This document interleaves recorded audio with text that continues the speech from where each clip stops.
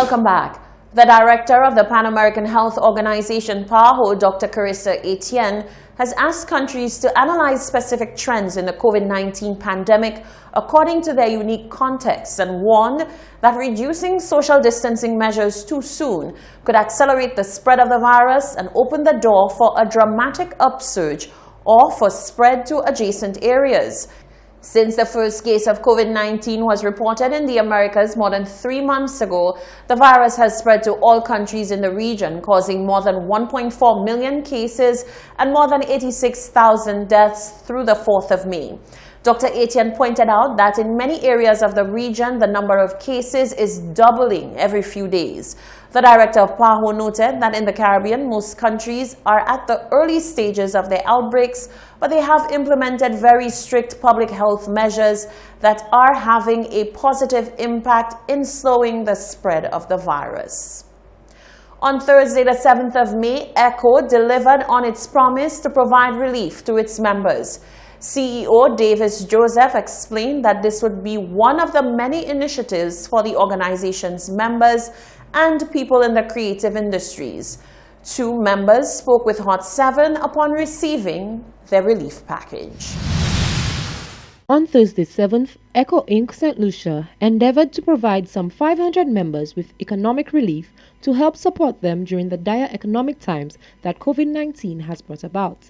Although the initiative started hours after the promised 10 a.m. start at the National Cultural Center, ECHO CEO Davis Joseph says the organization was merely ensuring that all members received what was due to them, and the tardiness was solely due to the distributions being done at 2 places. We were simultaneously pursuing 2 avenues for the distribution.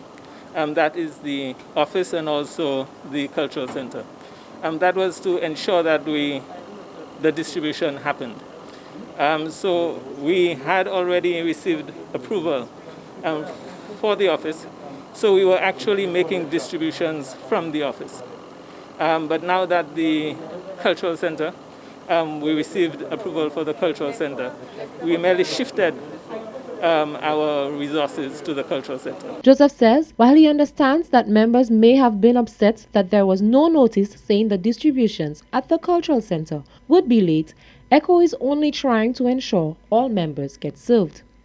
A.G. Simpson, a member of ECHO, indicated that he is very satisfied with the initiative and the amount that he received and hopes that the initiative is not a one-time thing. Compared to what I've been getting over the years, I was surprised to see the amount I got. I got a fair check.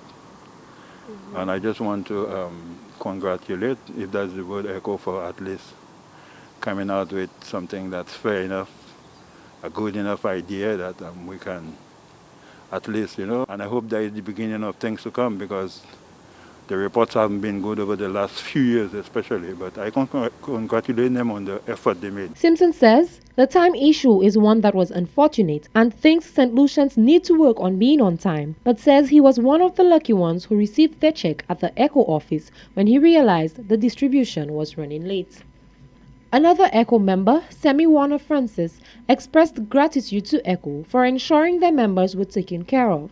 He says during such challenging times, all forms of help, no matter how little, is greatly appreciated. Any money that comes in goes a long way to help, And the thing about it is that as artists and citizens of a beautiful country like St. Lucia, you always find yourself having to help somebody else.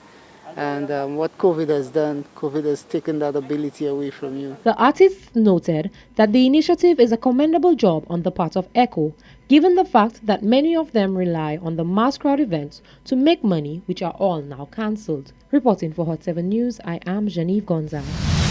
Thank you, Genevieve. Researchers in the US and UK have identified hundreds of mutations to the virus that causes the disease COVID-19. But none has yet established what this will mean for virus spread in the population and for how effective a vaccine might be.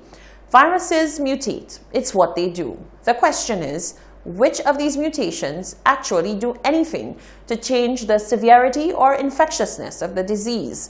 Preliminary research from the US has suggested one particular mutation is becoming dominant and could make the disease more infectious. it hasn't yet been reviewed by other scientists and formally published. This is the Hot 7 TV Nightly News. Stay with us. Sports and weather are coming up after the break.